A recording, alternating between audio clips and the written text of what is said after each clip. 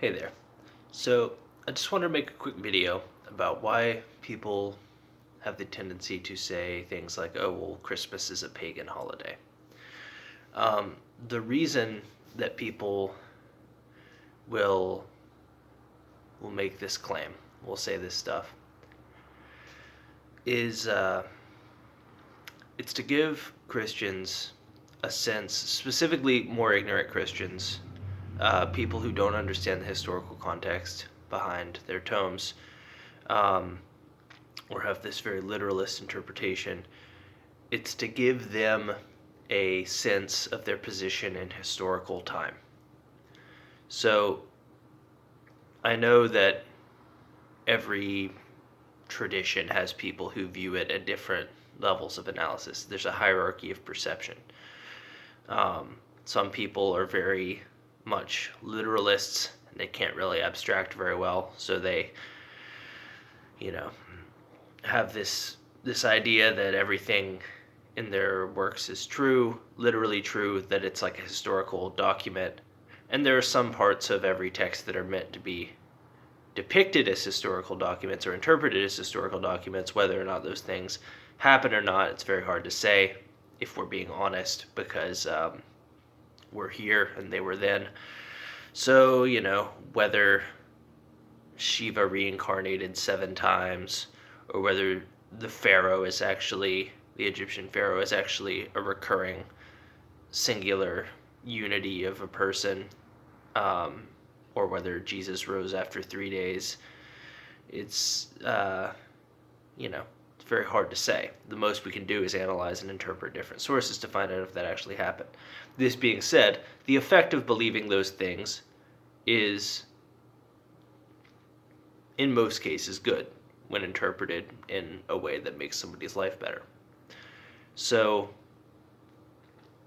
and in fact, those stories often define what we mean by better to begin with. They contextualize better by putting it in a landscape of real or not real historical events, interpretations of historical events. So why people say Christianity, or Christmas and Easter and these things are pagan holidays. I mean, everybody says that about Halloween because it's obviously a direct descendant of the tradition of Samhain, which was a Western pagan holiday where the world inverts and the dead walk among the living and this stuff.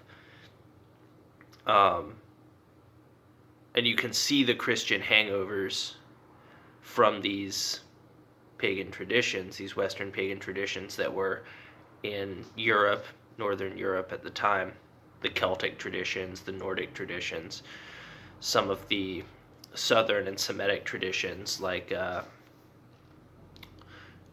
the concept of Easter being derived directly from the Babylonian goddess of Ishtar. And the reason that people bring this stuff up, like I said, it's to give Christians a position or an interpretation of their place in historical time.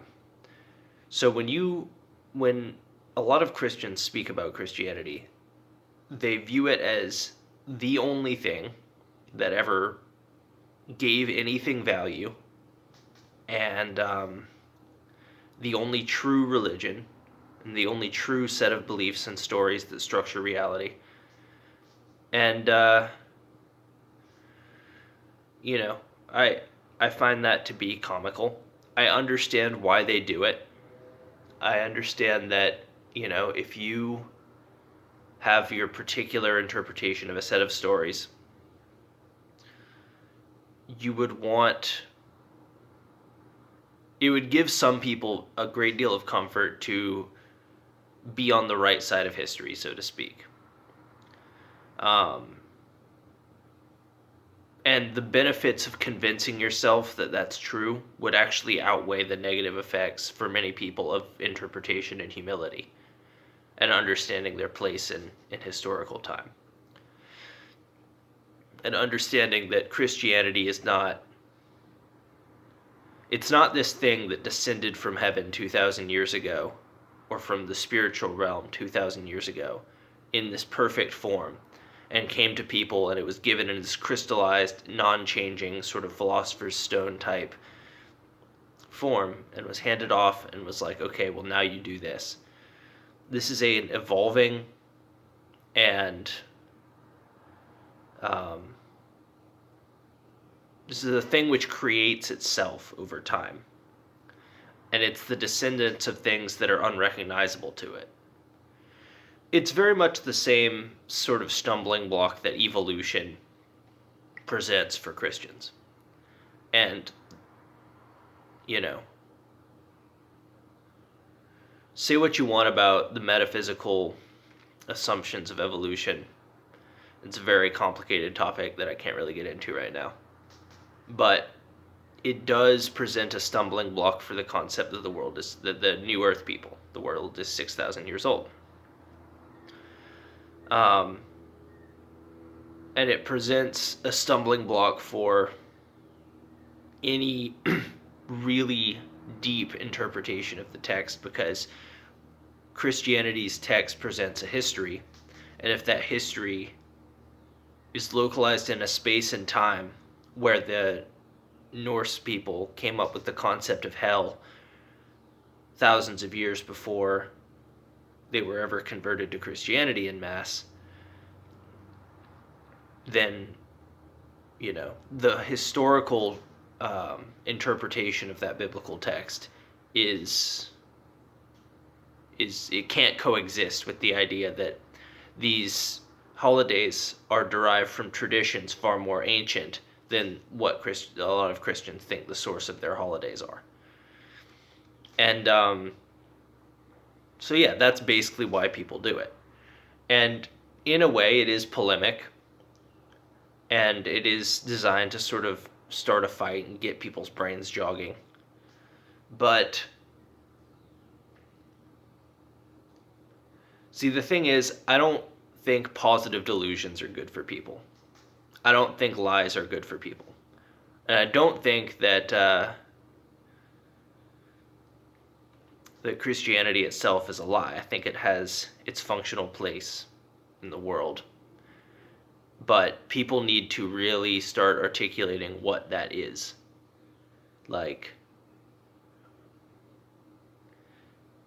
people need to understand exactly where the line between what they're willing to perceive as literal and what they're willing to perceive as metaphorical, what they're willing to believe as a symbolic structure, what they're willing to look at as historical fact, something that actually happened.